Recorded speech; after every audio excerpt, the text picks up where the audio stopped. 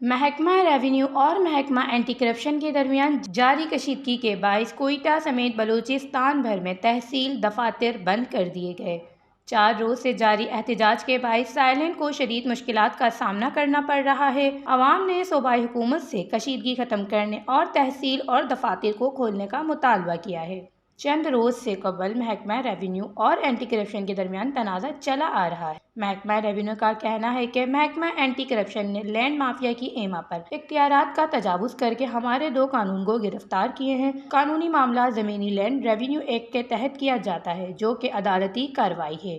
معاملات حل ہونے کے بجائے کشیدگی اختیار کر گئے۔ محکمہ ریونیو نے احتجاجاً کوئٹہ سمیت صوبے بھر کی تحصیل بندوبست اور رجسٹرار دفاتر کی تالہ بندی کر دی، جس کے باعث سائلین شدید پریشانی میں مبتلا ہو گئے ہیں۔ عوام تحصیل آفس آتے ہیں، تالہ بند دیکھتے ہوئے مایوس لوٹ جاتے ہیں۔ تحصیل آفس کوئٹہ کے باہر موجود افراد کا کہنا تھا، عدالت سے ضمانت ہو گئی، صرف فرد نکالنی ہے۔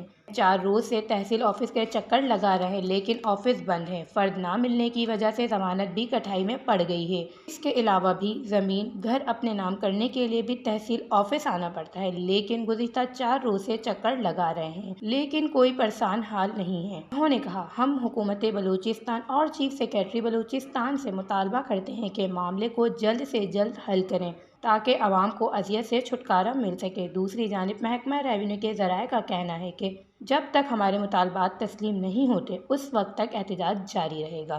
اس حوالے سے چیف سیکریٹری بلوچستان کو چارٹر آف ڈیمانڈ بھی آج جمع کروا دیا۔ وش نیوز، کوئٹہ، بلوچستان۔